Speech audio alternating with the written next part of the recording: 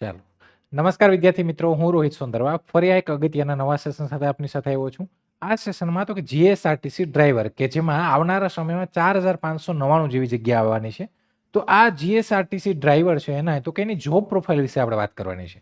ભાઈ GSRTC driver એટલે આપણે તો કે ભાઈ જીએસઆરટીસી નિગમ બસ સુવિધા અને આની જોડે આપણે સંકળાયેલા છે. આમાં તો કે આપણે ડેઈલી બેઝ ઉપર રોજિંદા જીવનમાં અથવા આપણે ક્યાંય ને ક્યાંય તો કે આનો ઉપયોગ કરીએ છીએ. આપણે તો કે અહીંયા મુસાફરી કરીએ છીએ અને આપણે તો કે ભાઈ ડ્રાઈવર કંડક્ટર ને આના તો કે આના સીધા સંપર્કમાં રહેલા છે. એટલે આપણે બધો આઈડિયા જોઈએ તો એ આપણે જોઈએ કે ભાઈ અહીંયા જે ડ્રાઈવર છે એની તો કે એની જોબ પ્રોફાઇલ શું હોય, એને તો કે એને નોકરી કઈ રીતના હોય, પગાર તો આપણે ખબર જ છે કે પગાર અહીંયા નોર્મલી તો કે ભાઈ જીએસઆરટીસીમાં પહેલાં 16,000 હતો, પછી 18,500 થયો, ક્યાંય ને ક્યાંય હવે 26,000 ફિક્સ પગાર તમારો 26,500 સુધી 5 વર્ષ સુધી ફિક્સ છે. પણ 26 મેક્સિમમ 26 અથવા 26ની અંદરમાં અહીંયા અલગ અલગ વેરિયન્ટ છે એ પહેલાંથી પગારના જોવા મળે. જોઈએ આપણે અહીંયા તો કે ભાઈ જોબ પ્રોફાઇલ શું છે. ડ્રાઈવર જોઈએ જીએસઆરટીસી ડ્રાઈવરમાં તો પહેલાં તો કે સૌથી પહેલાં હવે આ ભરતી આવવાની છે એ ક્યાંથી આપણે ખબર પડી તો કે ભાઈ એસટી જીએસઆરટીસીની ઓફિશિયલ સાઇટ ઉપર તો હતું જ.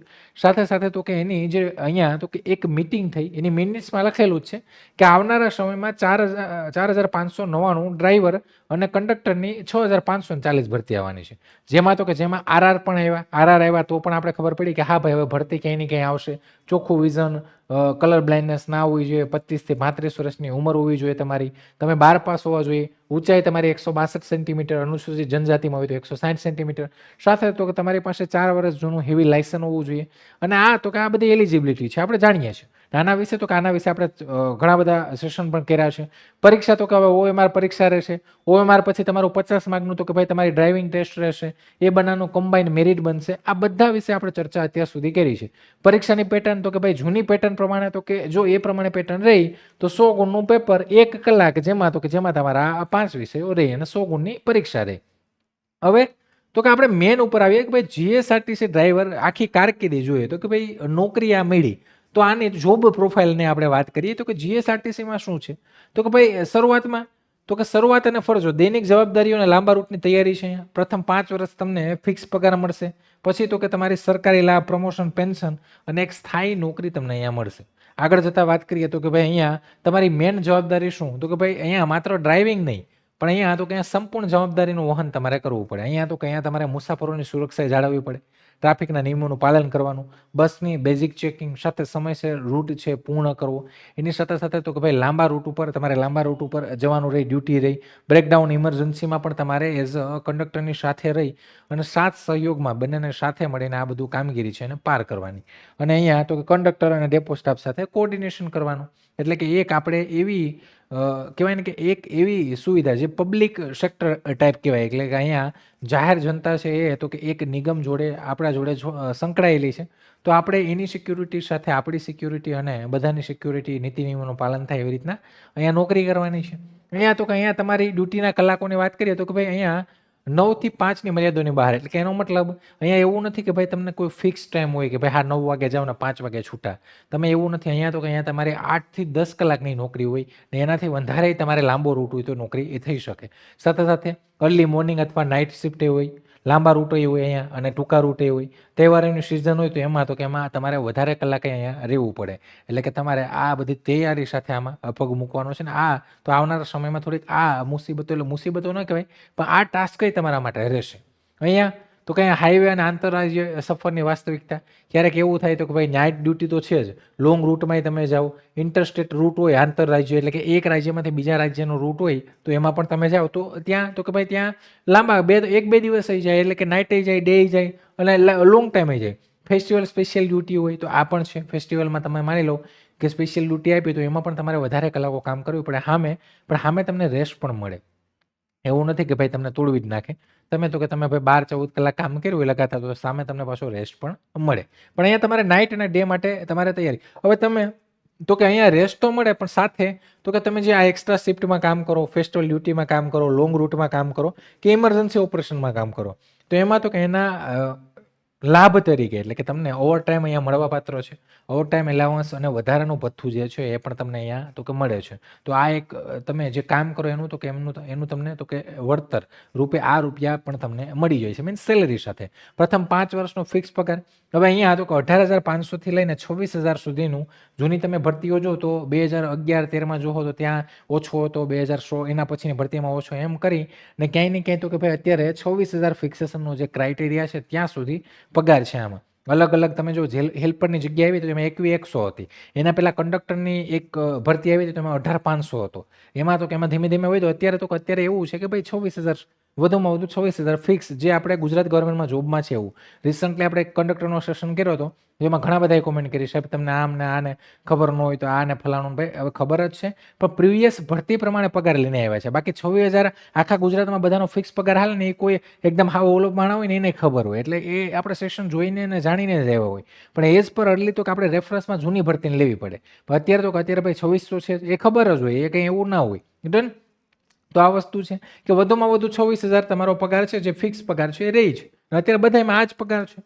આગળ વાત કરીએ 5 વર્ષ પછી, તો કે ભાઈ 5 વર્ષ પછી તમને એક તો ફૂલ પગારમાં તમે આવી જશો, અને એના પછી તો કે ભાઈ રેગ્યુલર ગવર્મેન્ટ સ્કેલ લાગે, ડીએ મોંઘવારી ભથ્થું તમારું એડ થઈ જાય, એચઆરએ એડ થઈ જાય, મેડિકલ બેનિફિટ, પીએફ પેન્શન, એટલે કે તમને જે વધારાના લાભો છે 5 વર્ષ પછી તમારા બધા ચાલુ થઈ જાય. સાથે સાથે તો કે ભાઈ અહીંયા રજાઓ પણ મળે તમને, casual leave, EL, sick leave, government holidays, medical leave મળે. એટલે કે તમને અહીંયા તો કે ભાઈ ગવર્મેન્ટ હોલિડેઝ છે ભાગ્યે કે ઓછા હોય, હોલિડેમાં અહીંયા તો બસો ચાલુ જ હોય.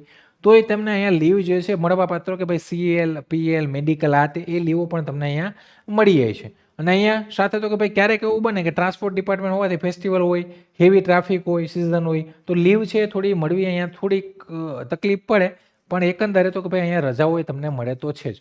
વિશેષ ભથ્થાઓમાં તો કે ભાઈ નાઇટ એલાઉન્સ મળે, રાત્રે રોકાણું, યુનિફોર્મ એલાઉન્સ મળે, મેડિકલ ફેસિલિટી મળે, પીએફ અને પેન્શન બેનિફિટ તો બધાને મળે છે. સિનિયોરિટી બેનિફિટ પણ અહીંયા તમને મળે. અને તમે એઝ અ ડ્રાઈવરમાં લોંગ રૂટ ઉપર એટલે કે લોંગ ટાઈમ માટે તમે ડ્રાઈવરમાં નોકરી કરો તો અહીંયાથી તો કે ભાઈ તમે પહેલાં ડ્રાઈવરમાં લાગ્યા, પછી સિનિયર ડ્રાઈવર, પછી ઇન્સ્ટ્રક્ટર, અને તમે ડેપો વહીવટ એમાં પણ તમે જઈ શકો. અને સાથે તમારી જો અધર કંઈ લાયકાત એટલે કે તમે ઓછી લાયકાત ધરાવતા હોય તો એનો પણ તમને ક્યાંય ને ક્યાંય થોડો ઘણો બેનિફિટ મળે. સાથે તો કે ભાઈ અહીંયા પડકારો સૌથી મોટા શું છે ડ્રાઈવરમાં? લાંબી કલાકોની ડ્યુટી, નાઇટ અને ડે નાઇટ તમે તૈયાર રહેવું પડશે, નાઇટ ડ્રાઇવિંગ અને ટ્રાફિક સ્ટ્રેસ, મુસાફરોની સુરક્ષાની જવાબદારી, એક્સિડેન્ટલ રિસ્ક, એટલે કે તમારે એકદમ સતર્ક રહેવું પડે, તમારી નોકરી એવી છે. સાથે તો કે અહીંયા સ્ટેબલ ગવર્મેન્ટ એક જોબ છે, નોકરી જોબ છે. અહીંયા તો કે ભાઈ કંડક્ટરનું સેશન આપણે કર્યું ને ત્યારે એમાં 1-2 જણાની કોમેન્ટ હતી કે ભાઈ તમે અહીંયા આ થોડું એટલે કે મીન્સ ટાસ્ક હતું કે ભાઈ આ હોય તો જો અહીંયા આવવું પડે. પણ એમાં 1-2 જણાની એવી કોમેન્ટ હતી કે ભાઈ દુનિયા છે તમને એમ કહે કે બેરોજગારના તમે એમનેમ છે એના કરતાં તો કે એના કરતાં તમને નોકરી મળે છે. તો એ છે અત્યારે તમને ખબર છે કોમ્પિટિશન કેવું છે, શું છે. તો આ છે પીએફ અને પેન્શન સુરક્ષા મળે, સિનિયોરિટી, પ્રમોશન, સામાજિક સન્માન મળે. અને ડે ટુ ડે ભાઈ ગવર્મેન્ટ જોબ એવી છે કે એમાં તો કે એમાં તમારો ગ્રોથ છે રોકાય નહીં. ડે ટુ ડે તમારા પગારમાં, તમારા ફેમિલીમાં બધામાં તમને થોડો ગ્રોથ છે તમારો દેખાય જ. અને એમાં તો કે એમાં તમને આગળ જતાં એના ઘણા બધા બેનિફિટ એ મળે. જીએસઆરટી ડ્રાઈવર તરીકે કોણ સફળ થઈ શકે? તો કે ભાઈ અહીંયા ટ્રાન્સપોર્ટ ફિલ્ડ કરિયર, જે ટ્રાન્સપોર્ટ ક્ષેત્રમાં રસ ધરાવતા હોય, જેને તો કે જેને ટ્રાન્સપોર્ટમાં આમથી આમ ફરવાનું થોડું ઘણું એટલે કે મીન્સ તમે બસમાં જેમ ફરવાનું એટલે એમને તમે બસ મૂકીને કે ફરી ના આવો આવી રીતના. હેવી વ્હીકલ ડ્રાઇવિંગના એક્સપિરિયન્સ હોય, અનુભવ અને કુશળતા હોય, લોંગ રૂટ ડ્રાઇવિંગ કમ્ફર્ટેબલ હોય, લાંબા રૂટની તૈયારીની ધીરજ જે લોકોને હોય, ગવર્મેન્ટ જોબ સ્ટેબિલિટી જોતી હોય. અને આ બધી સાથે તો કે ભાઈ તમે ક્યાંય ને ક્યાંય આ જ ફિલ્ડમાં કામ કરતા હોય એઝ અ ડ્રાઈવર, પણ ત્યાં તો કે ત્યાં તમને જોઈતું જે જોઈએ છે એટલું મળી ના શકતું હોય, તો તમારે ત્યાં પણ નોકરી કરવી છે ને અહીંયા પણ નોકરી કરવી છે. તો તમારા માટે આ એક બેનિફિટ, તમે એઝ અ ડ્રાઈવરમાં જે તમારું કરિયર છે એ તમારે આખી તમને ખબર જ છે કે મારે એઝ અ ડ્રાઈવરમાં જ આગળ વધવું છે, તો કેમ પ્રાઇવેટમાં તમે કેમ શું કામ કરવાનું એમ? તો પછી તમારા માટે આ છે તો અહીંયા જ જવાનું ને, એના કરતાં વધારે બેનિફિટ તમને અહીંયા જ મળશે. ડન. તો આ છે. તો ભાઈ અંતિમ શું? તો કે ભાઈ આ પ્રાથમિક સમજ છે. અને અહીંયા જો ક્લિયર કટ કીધું છે કે ભાઈ ફિક્સ પે એલાઉન્સ છે એ બધું ભરતી મુજબ બદલાઈ શકે. ને હું કહું છું કે ઓફિશિયલ નોટિફિકેશનમાં બધો ચેન્જ આવી શકે. ને આપણે હંમેશા કહીએ છીએ કે ભાઈ આ સંભવિત છે, પ્રીવિયસ જે ભરતી છે એનો આપણે રેફરન્સ લઈને આવે છે. બાકી તો કે બાકી ક્લિયર કટ આપણે એવું કહેતાય નથી કે ભાઈ આ વસ્તુ આમ છે તેમ છે. હા, ઓફિશિયલ પેપરો આપે, ઓફિશિયલ નોટિફિકેશનમાં આવે ત્યારે જ આપણે કહીએ ભાઈ પગાર એટલો, પેપર સ્ટાઇલ આવી. કેમ કે અહીંયા તમને ખબર છે ગમે ત્યારે ગમે એ ચેન્જ આવે.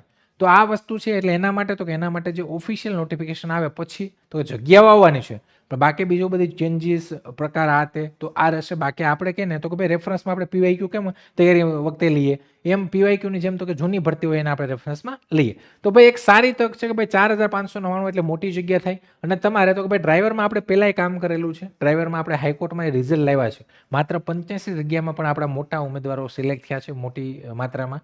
અને સાથે તો કે આપણે એસએમસી ડ્રાઈવરની બેન્ચ છે એમાં પણ સારું પરફોર્મ કર્યું છે, એટલે કે ઓન ગોઈંગ છે, હજી પરીક્ષા બાકી છે. અને સાથે તો કે અહીંયા પણ જો તમારે પદ્ધતિસરની તૈયારી કરવી હોય તો એના માટે 1999ની બેન્ચ છે જે વિથઆઉટ બુક છે.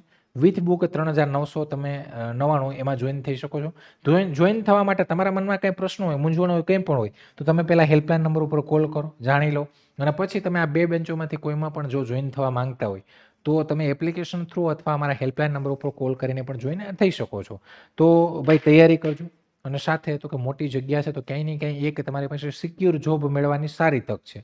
તો તૈયારીમાં લાગી જજો. અત્યારથી જ ભરતી આવે અને પછી તૈયારી કરું ને આમને તેમને એવું નહીં કરતા, અત્યારથી જ તૈયારી ચાલુ કરી દેજો. અને જો પદ્ધતિસરની તૈયારી કરવી હોય તો છે જ ડન. તો આશા રાખું કે આ સેશન તમને પસંદ આવ્યું હશે ને આવા જ ફરી કોઈ નવા સેશનમાં આવશું. ત્યાં સુધી રજા લઉં છું. જય હિન્દ, જય ભારત.